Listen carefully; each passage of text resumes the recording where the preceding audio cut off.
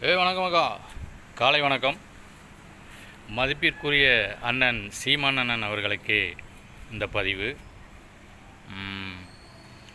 வட்ட வட்ட பாறையில் மானங்கப்பல் ஏறையில், வட்ட வட்ட பாறையில் மானங்கப்பல் ஏறையில். அண்ணே சீமான் அண்ணே, இந்த பாட்டு சூப்பராக பாடியிருக்கீங்கண்ணே. எனக்கு ரொம்ப பிடிச்சிருக்குண்ணே.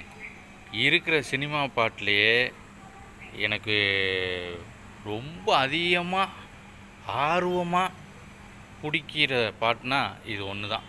அதுவும் உங்கள் வாய்ஸில் கேட்கும்போது ரொம்ப ஆனந்தமாக இருக்குண்ணே. ஆமாண்ணே. அதை விட இன்னொரு ஆனந்தத்தை சொல்லட்டுமாண்ணே.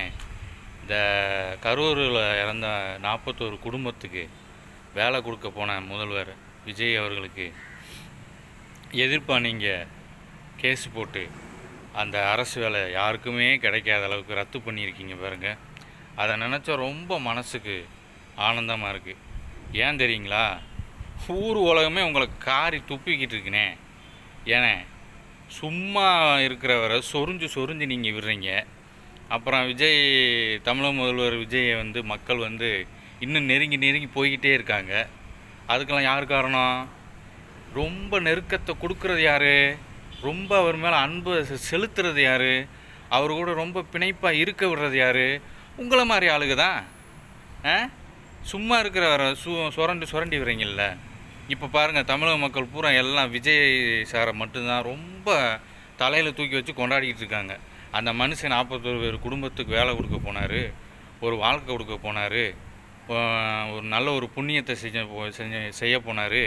அது பொறுக்காத அந்த சீமா அவன் இவனு கெட்ட வாரத்தில் உங்களை திட்டி தீர்க்குறாங்கண்ணே. ஏனே இந்த வேண்டாத வேலை. அதுக்கு நீங்கள் கம்முன்னு இருந்திருந்தா கூட அது ஜம்முன்னு இருந்திருக்கும். அந்த மேட்ரு அப்படியே ஜம்முன்னு அப்படியே ஸ்மூத்தாக போயிருக்கும். அந்த 41 குடும்பமும் நல்லபடியாக சந்தோஷமாக அந்த வேலையை ஏற்றுக்கிட்டு அவங்க பொழப்பு தலைப்பை பார்த்துட்டு போயிருப்பாங்க. நீங்கள் குறுக்கிட்டு அதை ரத்து பண்ணி விட்டீங்க. ரத்து பண்ணது ரொம்ப நல்லதுன்னு தான் எனக்கு தோணுது. அதை எங்கள் தமிழக முதல்வர் சும்மா விட மாட்டார்.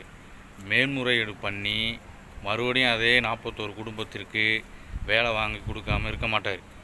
அதுதான் அவரோட வேலையே இனிமேல். அது மட்டும் இல்லை, இந்த காசு கொடுத்து வேலை வாங்கினவங்க